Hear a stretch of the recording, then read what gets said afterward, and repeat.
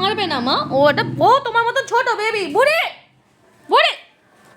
আমি বলেছি ও বেবি হয়, মারবে না। তুমি ভালো মেয়ে তো, ওকে আদর করো। বসো ওখানে, বসো তুমি ওখানে, সিট হও। হ্যাঁ বসো, তুমি সিট হও, তুমি সিট হও। ও কিছু করবে না মা, মা তুমি কিছু করো না মা, মা তুমি সিট হও। হ্যাঁ ওকে দেখো, বসে বসে দেখো। হ্যাঁ তুমি তো আমার মেয়ে, ওটা একটা ছোট্ট বেবি, তুমি বেবি, ও বেবি, মারবে না।